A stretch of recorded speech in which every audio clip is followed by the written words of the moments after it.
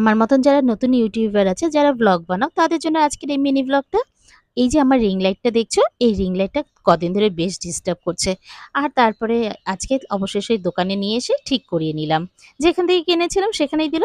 ভুলটা আমি কি করেছিলাম, এই রিং লাইটটার সাথে আমার এই মোবাইল হোল্ডার আর এই স্ট্যান্ডটা দিয়ে দিয়েছে, যেটা কিনা ট্রাইপডের সাথে সেট করব।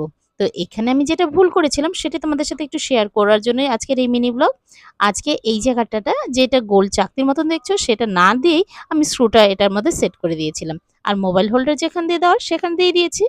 কিন্তু যখনই ভিডিও করতে যাচ্ছি বারবার এটা পড়ে যাচ্ছে। কোনো সময় আমার মোবাইলটার উপরে এফেক্ট পড়েছে, হয়তো ওয়ালে ধাক্কা লেগে যাচ্ছে, নাহলে এখানে ওখানে ঝুলে যাচ্ছে বা পড়েও যেতে পারে।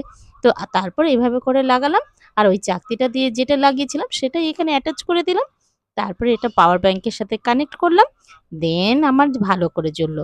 কেমন লাগলো মিনি ব্লগটা কমেন্ট ও লাইকের মাধ্যমে জানিও।